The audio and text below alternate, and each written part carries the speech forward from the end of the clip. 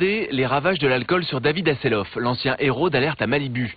Il ne tient même plus debout, il n'arrive même plus à parler. Le pire, c'est que ces images sont filmées par sa propre fille, qui tente en vain de provoquer chez lui un électrochoc. Tell me you're gonna stop. I'll be fine. Tell me you're gonna stop. Tell me you're going to stop. I'm going to stop. Promise? No. En quelques mois, il a été hospitalisé pas moins de 5 fois à cause de ses excès d'alcool. Il en a même fait récemment un séjour à l'hôpital suite à une attaque cardiaque. Après avoir été une vedette, Hasselhoff vit le syndrome de la star déchue, mais selon ce journaliste People, tel un cercle vicieux, l'alcool l'empêche désormais de travailler.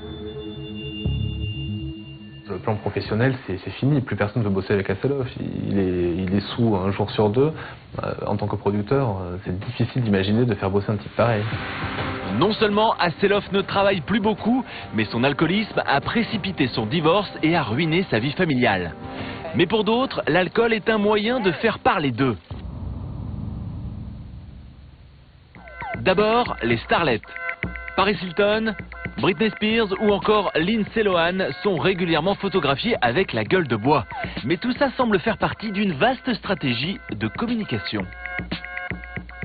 Paris comme Lindsay Lohan, finalement, vivent pas sur leur carrière, elles vivent pas sur ce qu'elles font, mais elles vivent sur ce qu'elles sont. Et ce qu'elles sont, c'est du scandale. Et si on parle d'elles, c'est à cause du scandale. Donc on peut imaginer qu'elles entretiennent cette image-là savamment pour pouvoir être encore à la une des magazines. Pour preuve, ces filles médiatisent même leur cure de désintoxication. Le séjour de Britney Spears n'a duré que 72 heures, mais tout le monde était au courant.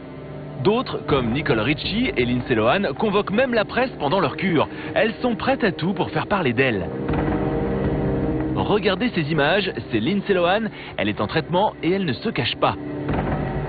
Selon cet addictologue, ce comportement est surtout lié à la jeunesse des individus. Quand on est jeune, une des obligations existentielles qu'on a, c'est de chercher ses limites. Et quand Star System et l'argent font que ces limites sont très loin, ben on risque d'aller très très loin avant de les trouver. Et c'est comme ça que beaucoup d'artistes ont des problèmes de drogue, ont des problèmes d'alcool.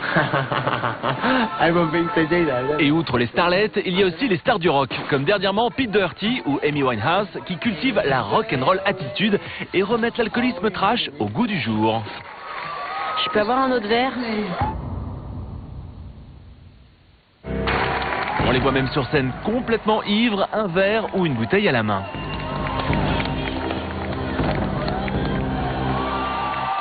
Certains artistes font leur carrière sur une image de alcoolique, toxicomane, marginal, déjanté, et que ça fait presque partie de la figure de l'artiste, de la rockstar, de quelqu'un qui doit être en dehors des clous pour avoir une certaine crédibilité auprès des jeunes notamment. Heureusement, d'autres artistes tentent de sortir de cette spirale infernale. C'est le cas de Mel Gibson, qui en se confiant à une célèbre journaliste américaine, a suscité l'empathie du public. Vous aviez des bouteilles de tequila ouvertes dans votre voiture? Ah ouais, j'en avais descendu plusieurs. À quel point étiez-vous sous? Ça dépend de ce que vous appelez être sous. En France, le sujet est encore tabou, et les quelques artistes qui brisent le silence le font passer de manière artistique. Rappelez-vous de Renaud, à la sortie de son album Boucan d'enfer en 2002. Ou encore de Véronique Sanson en 2004, à travers sa chanson La douceur du danger. Tous les jours je lis tout le temps, mon frère aimant qui me veut vraiment. C'est de là que j'aime la douceur du danger. L'alcool a même touché un acteur comme François Cluzet, qui a tout du parfait père de famille. Dans le film Le Dernier pour la route, il incarne le rôle d'Hervé Chabalier, le célèbre journaliste qui s'était exprimé sur son problème d'alcool. Durant la promotion, François Cluzet révèle que lui-même avait sombré dans l'alcoolisme il y a plusieurs années. À 45 ans, j'en ai eu assez de voir les rôles me passer sous le nez. Je manquais de sommeil, je fumais trop, je buvais trop. Être acteur, c'est d'abord une santé. Lui-même le dit, j'étais pas apte à tourner comme j'aurais dû tourner, puisque j'étais pas un homme, on peut pas me faire confiance.